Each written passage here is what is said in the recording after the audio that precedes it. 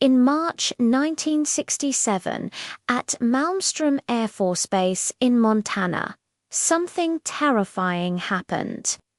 A glowing UFO was seen hovering above a top-secret nuclear missile site, and within minutes, 10 nuclear missiles suddenly became inoperable. It was a routine morning at Malmstrom, where U.S. Air Force crews monitored underground silos armed with nuclear warheads. Their job was vital, yet solitary. Day after day, they watched, waiting for an order that would never come. Suddenly, the silence was broken. Security guards stationed at the remote sites reported seeing a strange, glowing red-orange object hovering silently above the base. It was unlike anything they'd seen before, and it seemed to be directly over the launch facilities. Alarmed, they contacted the Central Command Post. Deep inside the control center, something extraordinary happened. One after another, 10 nuclear missiles simultaneously shut down, going completely offline and unusable. All 10 simultaneously. For the men in the control room, their worst nightmare had just materialized. This wasn't just a drill. These were real nuclear weapons that had seemingly just turned off. Captain Robert Salas was in charge that day. He later recalled the events in chilling detail. As the UFO reports came in, he noticed that the red warning lights on the consoles were blinking, indicating a launch. But the missiles weren't moving. They were locked down. His crew raced to contact the field, but the lines were dead. Outside, the sky was clear. There were no weather balloons or other aircraft in the area. The nearest Russian nuclear test site was hundreds of miles away. There was no natural explanation for what was happening. Then it hit him. The object reported by the security guards, the blinking missile lights, the dead communications. It was all connected, and then he saw it, to an orange glow in the sky directly above the launch facility. Salas and his team watched as the strange object hovered silently overhead, seeming to guard the base. Salas later told investigators that whatever the object was, it was definitely there.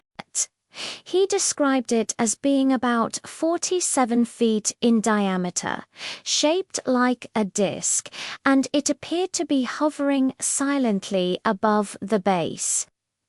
After about 15 minutes, it departed as suddenly as it had arrived. Communications were still down and the missiles remained offline. Soon after, military investigators arrived from higher command. According to official reports, they found no evidence of a UFO. But in the classified follow-up interviews, military officers confirmed what they had witnessed. 10 nuclear missiles had indeed gone down simultaneously. But the cause was officially listed as a technical malfunction. This wasn't a new tactic for the Air Force. In the early days of UFO investigations, the official stance was always skeptical. Any witness who came forward was often branded a liar or a madman. The incidents were dismissed as misidentified aircraft or weather phenomena. This time, however, there were too many witnesses. Multiple security guards and military personnel saw the object in the sky, and inside the control center, the missile shutdown was recorded in hard data. Even if the UFO wasn't real, someone important didn't want those records destroyed. So the cover story was born. A technical malfunction had somehow simultaneously disabled 10 nuclear missiles. But even this raises more questions than it answers. If it was a technical malfunction, why have we never heard about it before? Why did the Air Force need to classify this case? And most importantly, why haven't they declassified it yet? Now, some will claim that these systems have fail-safes, that multiple redundancies prevent any single system from shutting them all down. But here's the thing, it's never happened before or since.